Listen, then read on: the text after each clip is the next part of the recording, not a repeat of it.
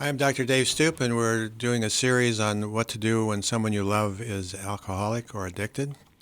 We talked the last time about interventions and how people who get into treatment sometimes need to get into treatment 2 or 3 times to really get a hold of the principles of what they need to do.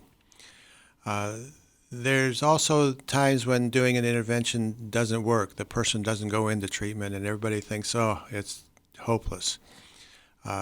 It's not hopeless because I've talked with families where the person who was addicted or alcoholic didn't respond to the intervention, but not too long afterwards decided on their own to go into treatment because they realized that it's like they had to think it through, and not everybody is willing to make the commitment at the time, but they stay the course because it's not over until it's really they're in treatment. Now, what happens in treatment? Why treatment? There are some people who just quit cold turkey. They say, well, I won't ever use or I won't ever drink again, and they make all these promises, and they do it for about 5 or 6 months, because that's about how long willpower works. And then what they didn't realize was how powerful the addiction was, and now they relapsed.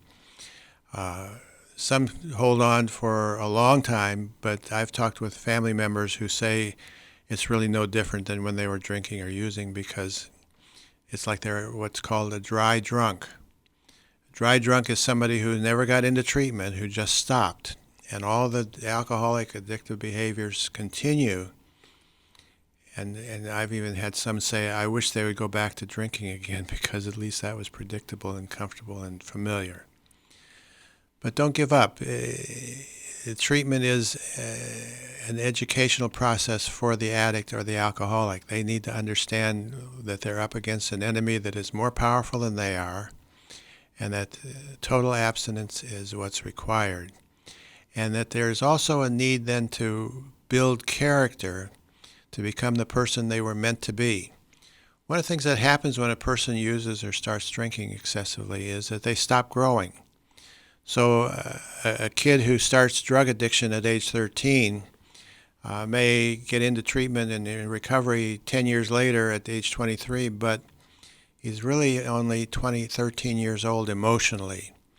And you've got to finish growing up, and that was a process that begins in treatment and continues in what we call recovery, and we'll talk about that next time. If you really need help with someone who's addicted or alcoholic, call us at 1-800-NEW-LIFE.